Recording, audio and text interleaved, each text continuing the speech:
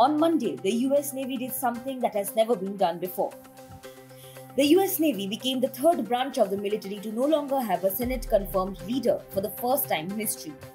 The move comes as a Republican senator continues to block military nominations. Retiring Chief of Naval Operations Admiral Mike Gilday gave up command on Monday.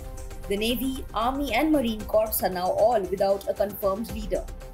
Defense Secretary Lloyd Austin called this move unprecedented, unnecessary and unsafe.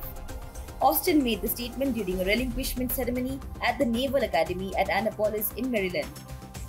Republican Senator Tommy Tuberville, who represents Alabama, has blocked hundreds of military nominations from moving forward.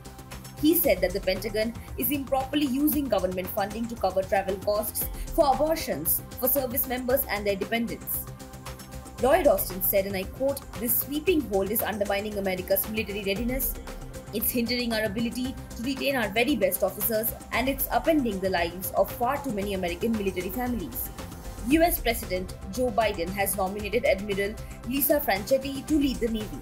It was reported to be a historic step that would break a gender barrier in the US military by making her the first woman to command the service and to become a member of the Joint Chiefs of Staff if and when the Senate confirms her. She will lead the Navy in an acting capacity until then. After the US Supreme Court last year overturned the landmark 1973 Roe v. Wade ruling recognizing a constitutional right to abortion, the Pentagon said that it would cover travel costs for service members seeking abortions and up to 21 days off. Several states have limited abortion access since Roe v. Wade was overturned, and the military argues that women service members cannot choose where they are stationed. The Senate's approval of military promotions is usually smooth.